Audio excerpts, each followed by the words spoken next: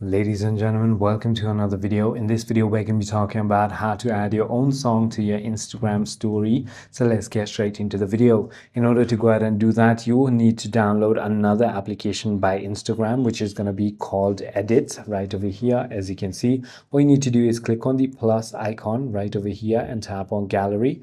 This is where you can simply go ahead and select the photo or video that you want to have.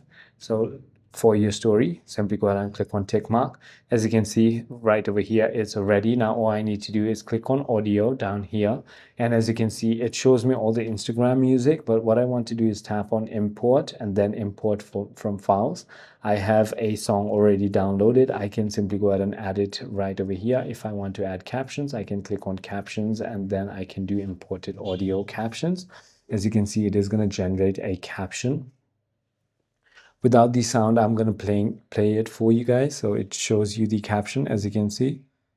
So it is as simple as that. I hope this video clarifies everything for you. The next thing you want to do is click on next, which is going to export it, and you can add it directly to your Instagram as a story right over here. So I hope this video clarifies everything for you. If you have further more queries, feel free to comment down below, and I'll see you on the next one.